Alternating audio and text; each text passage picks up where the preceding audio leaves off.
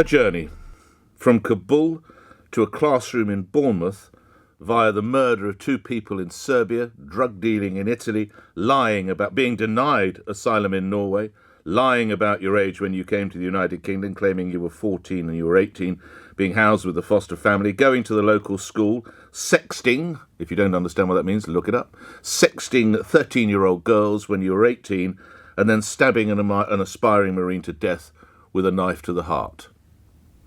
That's the life of Afghan asylum seeker Lawangan Abdul Ramhamazai, who's now 21, found guilty of murdering Thomas Roberts, the would-be Marine, by stabbing him in the chest twice, once in the heart, when he intervened to try and break up a fight over an e-scooter in Bournemouth in March of last year. The judge telling the killer, in seconds it seems you took the life of a thoroughly decent man with a bright future. Your momentary act of extreme, senseless violence has left a family with a tragic loss. As I say, life with a minimum of 29 years. That's a bill of, in today's money, around £1.3 million. I know it breaks every law and convention and everything you can think of, and the Archbishop of Canterbury will probably send me to bed early when he hears about it, but I'm suggesting we just send him to Kabul and take the opprobrium from all the charities and all the lawyers. He lied from the minute he got here. He's nothing but trouble. He's a convicted murderer. Why keep him? Right, very briefly before I come to your first call, this is how asylum would work under Nick Ferrari as Home Secretary, dear God, or as Prime Minister. Any arrival of an indeterminate age, not if obviously you're a baby or you're clearly 7, but if you arrive and you're 18 and we have people who, by the way, instead of giving everyone the benefit of the doubt, it's like, is there any reason I can't award this try, as they say in rugby? It should be the other way round. Clearly it was a forward pass. This person's not getting it. So we have the slightest doubt about you. We don't put you in a hotel where we lose track of you, or in some instances you possibly fall prey to traffickers or all sorts of other issues. No, we look after you properly and not in a Manston-style camp, which was dangerously overcrowded. We will find these places. There will be places, don't worry, there are plenty of warehouses and goodness knows what, that will be turned into appropriate accommodation, professionally run, meals, education, whatever else it might be. And while there, you will agree to dental checks. Now, I checked this because we talked about this earlier in the week. Wisdom teeth typically erupt, to use a dental word, between 17 and 25. Now, there will be exceptions. Of course there will be. But that's typical. 70. So this man, assuming he has wisdom teeth, a dentist would have said, there's no way this guy can be 14. There's absolutely no way this guy can be 14. He's got wisdom teeth. And there are other dental records. And then there's something called bone density checks. And we do all of that until we determine that, yes, all right, you are 14.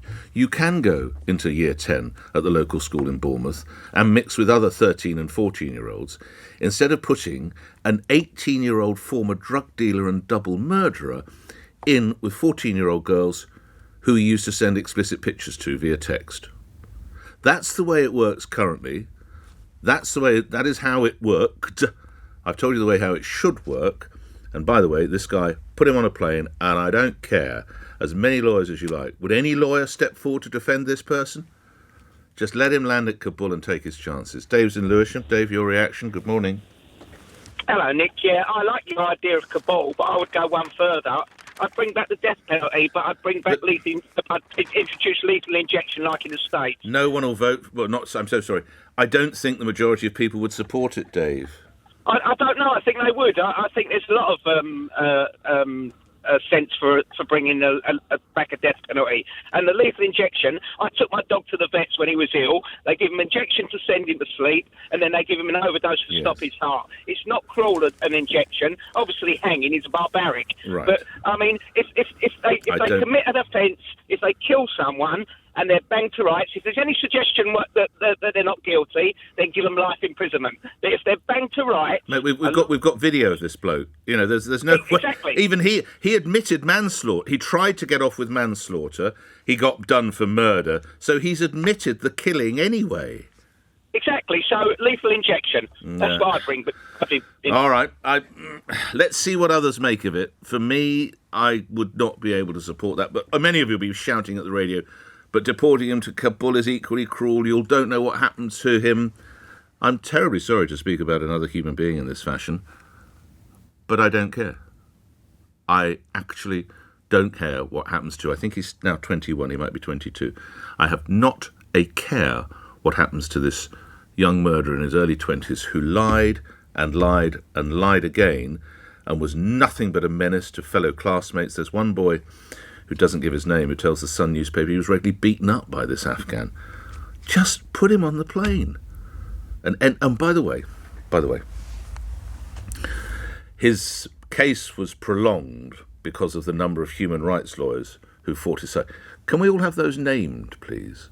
All the lawyers who acted for this Afghan individual, Lawangin Abdul Rahimzai. Can we have all the individual lawyers and their firms just put in a list as to how they might work so hard to keep a killer on the streets of Bournemouth who took the life of a Marine? I think we should know that, shouldn't we? Those emails. Terry Burnett in Salford. At last, some common sense. Name every human rights lawyer who defended this murdering Afghan. Not everyone agrees. Lenny in Tower Hamlet says you might as well paint a target on their back, Nick. What on earth are you thinking about? Anthony says send him to Afghanistan, get him out of our jails. His is a strong argument for capital punishment. And straight after that, this comes in from Martin in Buckingham. Can you remind anybody, for the string-em-up merchants, how effective is the death penalty in the US? Same subject. This comes from Dave. Yes, put him on the first flight back. What is the point of keeping him in our jails? And Lulu says, let's keep all illegal arrivals offshore until they're processed. Doesn't need to be offshore. He got in at Poole. Let's just have professionally run, I keep saying that, to a good standard, centres, accommodation units, whatever you want to call them, not put them in hotels where we lose track of them. There are still 200 missing from hotels, the story we covered yesterday or the day before. Now, again, they are children. Let's say that half of them are probably about 19. There will be perhaps 50 kids. We've just no idea where they are. Jack's in Epsom. Jack, you're on the radio. Good morning. Morning, Nick. Yeah, just a quick one. I think we should. I don't agree with you sending him back. You don't? Because I think we should spend the money and keep him here, because I think if we send him back because of the current government in Afghanistan, I think odds on he'd be radicalised and he'd be back again and we'll have him another day as another problem. Well, I think we should keep him here and keep an eye on him. Don't we have to have faith and confidence in our defences that we won't let him in again, surely? I don't know. You know, I think if we send him back, they're not going to put him in prison. I think he'll end up getting back and getting radicalised, and we'll have another problem another day with him. Okay. So this way we can keep an eye on him, and he's not going to cause any more issues in another country as well if he gets into another country. £1.3 million to keep an eye on him. It's a lot of money. Yeah, if he blows something up, though. Oh, I hear what you say. That's, of course, is always assuming, Jack, that he does get back in. Thank you. Francis in Wincanton. Francis, you're on the radio. Good morning. Yeah, good morning, Nick. Hello, sir. Yeah, what I want to know, an earlier caller pointed out that our relationship with Europe was a problem about accessing records on criminality. But what I'd like to know, this chap boarded a ferry in France. How did he get into France when France would have access to all Europol records? How many other European countries did he cross? I don't know where he crossed the border. He was convicted of drug dealing in Italy. So, there's your border. He crossed from Italy into France, didn't he? Probably down by the south of France, down by Monaco, I imagine. I don't know. Okay, Nick. So he goes into Italy. Border check should have picked him up immediately if he's on Europol records. Well, once he's in the Schengen area, of course, he's home and hosed, isn't he? Well, yes, but he's still got to get into the Schengen area, and he still has to do. The border checks are still done. And certainly at Cherbourg. Well, that's right. At Cherbourg, he gave a false name.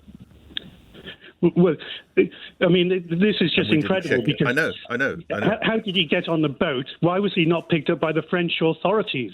Well, he gave a false name, and upon arrival in the United Kingdom, he claims he's 14, and the name that he gave when he was unsuccessful in getting into Norway, and he was therefore fingerprinted, that name was never disclosed. So round and round it goes, and I say another argument to these centres that we keep people in. Thank you, Francis. Sue in Barnet. Hello, Sue.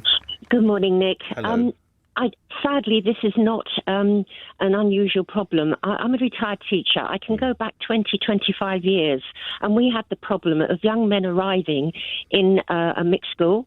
And they were obviously older than what they were saying they were. They were put in with our year 10 and 11 pupils, and the girls frequently asked us if they could be moved to another part of the room, because obviously there were certain harassments and comments made by these young men who were tall and facial hair, and I think I'm right in saying that at the time the dental checks, there was so much aggravation from human rights people that it was against their human rights. But we've got to rewrite these laws, haven't we?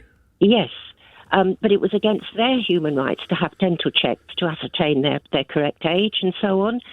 But what about our children in the school? What about their rights? The girls that had all the harassment. But don't you see, if you are one of the supporters of these human rights, and we shouldn't check, the rights of a 14-year-old schoolgirl, nothing like as important as the rights of an 18-year-old Afghan killer.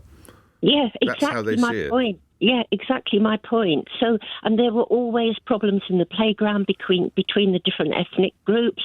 The papers they didn't have, so lots of the boys that came, the men that came, were given the 1st of January. Oh, they're all born on the 1st of January. Yeah, exactly. Yeah. So, and I could go on and on and on, but this, I'm going back 20 to 25 years. Nothing has been done. And here we are with events that we saw play out in Bournemouth, yes, of last year. Sue, thank you.